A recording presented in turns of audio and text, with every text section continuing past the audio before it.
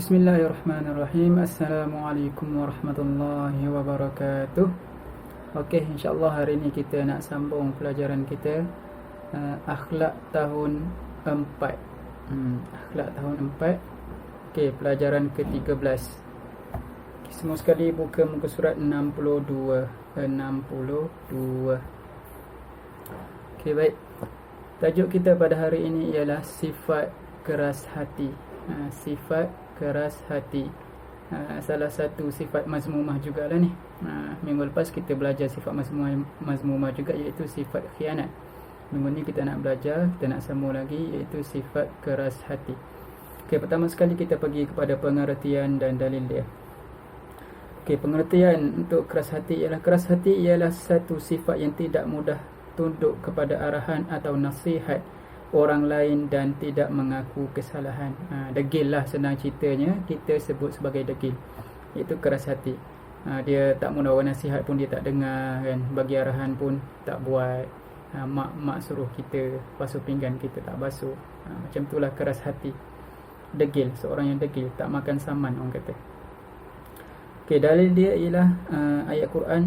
Bismillahirrahmanirrahim. Bismillahirrahmanirrahim. ثم قست قلوبكم من بعد ذلك فهي كالحجارة أو أشد قسوة. Surah Al-Baqarah ayat ke-74. Okey, maksud ayat ni ialah kemudian sesudah itu hati kamu juga menjadi keras seperti batu, bahkan lebih keras lagi daripada itu. ثم قست قلوبكم من بعد ذلك فهي كالحجارة أو أشد قسوة. Maknanya hati kita ni boleh berubah. Ada masa dia lembut, ada masa dia keras. Dan Quran kata keras seperti batu. Dia bukanlah fizikal hati tu yang keras. Dia membawa kepada sifat kita tu yang jadi keras.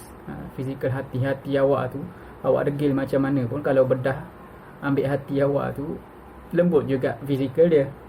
Tapi sifat dia membawa kepada sifat kita tu, sifat kita yang keras. Okey, kemudian kita tengok ciri-ciri orang yang keras hati. Ciri-ciri ni maknanya kita nak cek diri kita lah. Kita nak cek diri kita, kita ni tergolong dalam golongan orang yang keras hati ataupun tidak. Okey, pertama sekali ialah merasa dirinya paling hebat. Biasalah orang keras hati ni, orang degil ni, dia rasa dia paling hebat, paling power. Paling hebat dia, paling hebat, tak ada orang lain paling hebat. Sebab tu dia keras hati, orang nasihat dia tak dengar. Dia rasa dia dah hebat. Okay. Nombor 2, tidak mahu menerima kebenaran. Bila dia buat satu benda dan benda tu salah, orang tegur dia, dia tak nak terima kebenaran tu. Itu orang keras hati. Dah lah buat salah, orang tegur, tak nak terima pula. Sepatutnya terima dan belajar lah kan, jadi lebih baik. Okay. Nombor 3 ialah tidak mahu mengalah atau bertolak ansur. Bila dia ada something, gaduh ke kan dengan kawan dia, so dia nak menang. Macam mana sekalipun dia nak menang. Tak kira lah dia betul ke, dia salah ke, dia nak menang.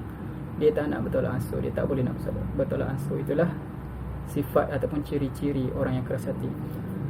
Nombor 4 ialah tidak berfikiran kritis dan tidak berpandangan jauh. Orang keras hati ni dia fikir takat tu lah.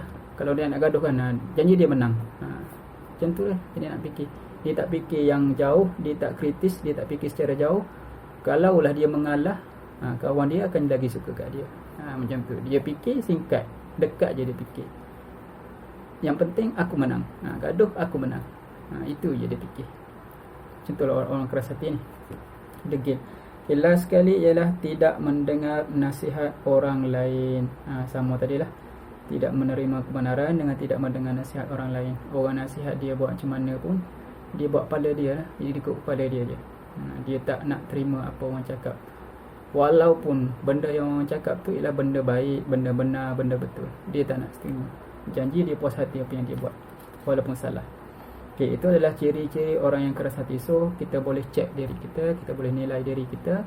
Ada tak ciri-ciri ni dalam diri kita? Kalau ada, cepat-cepatlah berubah. Okay. Seterusnya ialah kita nak belajar tentang keburukan sifat keras hati. Dia sifat keras hati ni sifat mazmumah, so dia tak ada kebaikan lah. So dia keburukan. keburukan sifat keras hati dikeji oleh syarak. Memang syarak tak suka lah. Memang syarak larang kita keras hati ni kan. Syarak ni agama lah, agama kita larang kita degil. Tak boleh. Okay. Nombor 2, keburukannya ialah memutuskan persaudaraan kan. Kita dengan kawan kita asalnya baik, bila gaduh je kita nak menang kan, nak tunjuk kita hebat dekat kawan kita. Lantak kau lah, aku betul kau salah. So last sekali putuslah saudara kita tu, kawan kita tu jadi putus. Kita tak tegur kawan kita pun tak tegur kita. Yang ketiga ialah merugikan diri sendiri. Orang lain tak rugi pun kalau keras hati ni, kita lah rugi. Orang lain jadi jauh dari kita, kita pun jadi kawan makin kurang, makin tak ada orang nak tegur kita, nak apa. So kita nak nilai satu benda tu salah atau betul jadi susah. Sebab kita nilai diri kita saja, kita tak boleh nak terima pandangan orang kan. Keras hati. So merugikan diri sendiri, diri kita juga yang rugi kalau kita keras hati. Okay, last sekali ialah yang terakhir, nombor 4, dibenci oleh kawan-kawan dan masyarakat. Semua orang lah benci. Kalau kita ada kawan benci, cikgu benci, mak ayah benci, semua orang benci. Masyarakat pun benci juga orang keras hati ni. Jadi banyak yang buruk lah. Tak ada yang baik pun tentang keras hati ni. Tentang degil ni tak ada yang baik pun. Semua buruk, keburukan keras hati ataupun degil kita panggil. Okay, itu. So jangan kalau ada keras hati dalam diri kita, ubah cepat-cepat. Okay. Seterusnya kita nak tengok cara-cara melembutkan hati. Tadi kita dah belajar kan ciri-ciri macam mana keras hati.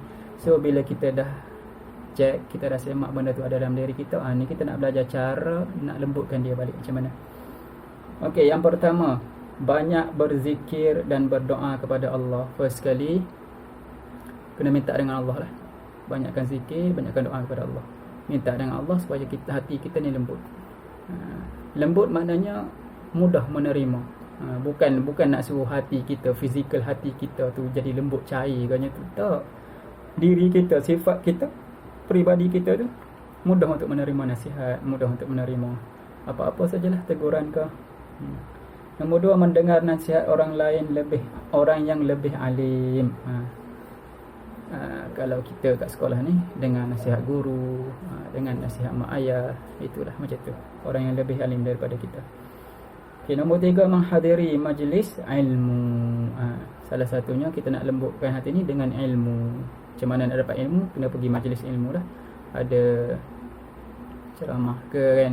Sekarang ni kita bulan Rabiul Awal, banyak orang buat ceramah kan tentang Nabi, tentang Rasul. So kita boleh pergi dengan ilmu. Nanti dengan ilmu tu akan lembutkan hati kita lagi. Okay, nombor 4 ialah sentiasa berfikiran terbuka. Kita kena buka pemikiran kita. Otak kita, fikiran kita kena terbuka. Jangan sempit sangat. Jangan kita kalau sempit ni, pemikiran sempit ni, so maknanya kita tak nampak lah, kita nampak benda dekat je.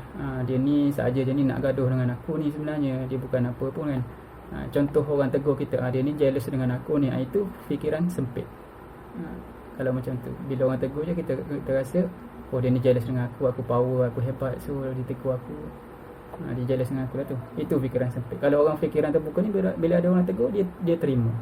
Walaupun benda yang dia buat tu dah betul kan, dah baik, tapi bila ada orang tegur, dia boleh tambah baik lagi benda tu.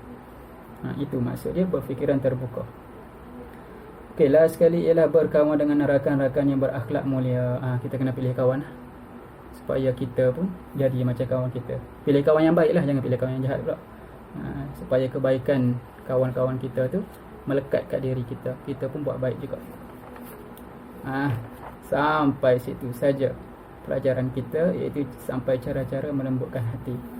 Okey, kita review balik apa yang kita belajar untuk tajuk kita minggu ni. Ialah yang pertama sekali ialah keras hati itu bagaimana. Keras hati itu ialah degil, sifat degil yang ada pada diri kita. Tidak menerima teguran, tak boleh mengaku salah, nak mengaku salah pun tak boleh. Itu adalah sifat keras hati. Yang kedua, kita belajar tentang dalil. Ada dalam surah Baqarah, thumma qasat qulubukum min ba'di dzalika fahiya kal hijarati aw ashaddu qaswah. Ayat Quran sebut hati kita tu boleh jadi keras macam batu. ataupun lebih keras lagi dari batu. Ini keras-keras ni bukan fizikal hati tu. Dia efek pada peribadi kita. Keras lah. Kalau batu macam mana keras? Kan tak boleh nak bengkok-bengkokkan batu ni, keras. Samalah kita pun bila dah keras tak boleh nak tegur, orang tak boleh tegur. Okay, kemudian adalah ciri-ciri orang yang keras hati yang kita belajar tadi. Macam mana kita nak kenal orang yang keras hati? Bukan kenal orang lah, kenal diri sendiri. Ada tak sifat ciri-ciri tu dalam diri kita? Okay, seterusnya kita belajar tentang keburukan. Banyak sebenarnya keburukan ni, awak boleh fikir sendiri. Dalam buku ni dia bagi 4, banyak lagi. Dan tak ada kebaikan lah, sebab dia sifat mazmumah kan. So dia setakat keburukan saja. Dan last sekali ialah cara untuk melembutkan hati kita. Banyak cara. Tadi kita dah belajar tadi, banyak cara untuk lembutkan hati kita. So penting tak penting lembutkan hati? Penting lah. Sebab kita akan lebih banyak menerima nasihat, teguran, dan kita akan dapat banyak lagi ilmu bila hati kita tu tak keras, hati kita lembut. Okay, sampai situ saja kelas kita untuk hari ini. Jumpa lagi next kelas minggu depan. Tak sekolah, cuti di Bali. Jadi sampai situ saja. Terima kasih. Jumpa lagi. Assalamualaikum warahmatullahi wabarakatuh. Bye bye.